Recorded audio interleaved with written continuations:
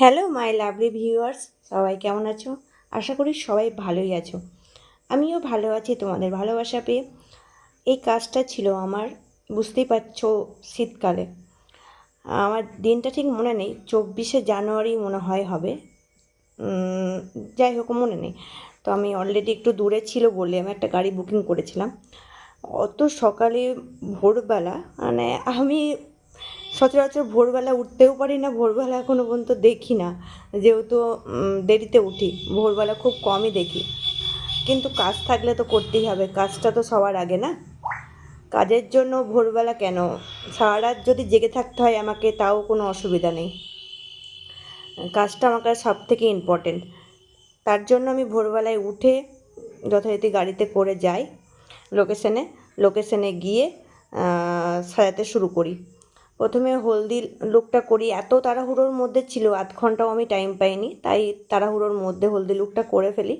তারপরে হলদি মাখা অবস্থায় আমি ছবি ভিডিও যেটা নিয়েছি, দেখো কি সুন্দর ব্রাইড কত আনন্দ করছে, এনজয় করছে। এই মুহূর্তগুলো একদম ক্যাপচার না করে আর পারলাম না, এত সুন্দর মুহূর্ত। কিন্তু গানটা এত সুন্দর ছিল, তা আমি দিতে পারছি না, যেহেতু কপিরাইট আসতে পারে, সেই জন্য আমি দিতে পারছি না। ভীষণ ভালো লাগছিলো এই মুহূর্তটা, ক্যাপচার না করলে হয়তো আমার পুরো ভিডিওটাই বৃথা হয়ে যেত। তা এই ভিডিওটা যখন ব্রাইড নাচছিল, ওর মাও কিন্তু ওখানে বসেছিল, সেটা দেখতে আরও বেশি ভালো লাগছিল। আর দেখো, তারপরে অলরেডি চলে এসছে আমার ব্রাইড। তার রাতের লুকের জন্য আমি রেডি করব। তো চুলটা আমি যেরকম বলেছিলাম সেইভাবেই করেছি, আর সিম্পল লুক নিয়েছে, কোনো কিছু মানে ব্রাইড যা বলেছিল সেই মতো কাজ করেছি। ব্রাইডের তো ভীষণ পছন্দ হয়েছে, পোজ দেওয়া, স্মাইল, সব কিছু দেখেই আশা করি বুঝতে পারছো।